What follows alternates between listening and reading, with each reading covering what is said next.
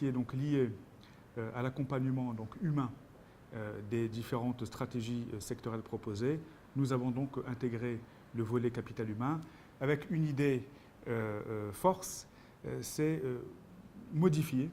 de fond en comble le rôle et les prérogatives et la gouvernance de l'OFPPT. Je m'explique, de manière à ce que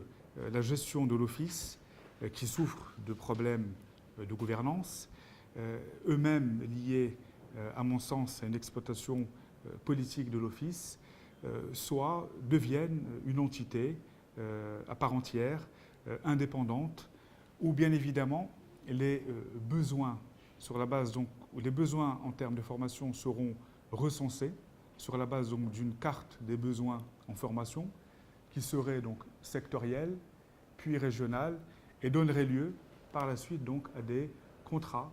de partenariat, des contrats programmes entre l'Office de formation professionnelle, l'État et donc les fédérations professionnelles, chacune donc dans son secteur d'activité, pour véritablement donc leur permettre de former la quantité de personnes nécessaires et surtout donc les profils adéquats pour être donc en mesure d'accompagner l'ensemble donc de ces stratégies sectorielles. Donc d'une certaine manière, le volet capital humain, il est transverse, mais c'est un élément à côté du financement notamment, à côté de tout ce qui est donc lié à l'aspect logistique. On pourra peut-être parler du foncier également. Donc c'est un aspect que nous avons pris en considération, mais dans le cadre d'une refonte progressive de l'Office, afin donc d'améliorer son système de gouvernance et surtout de le dépolitiser et d'introduire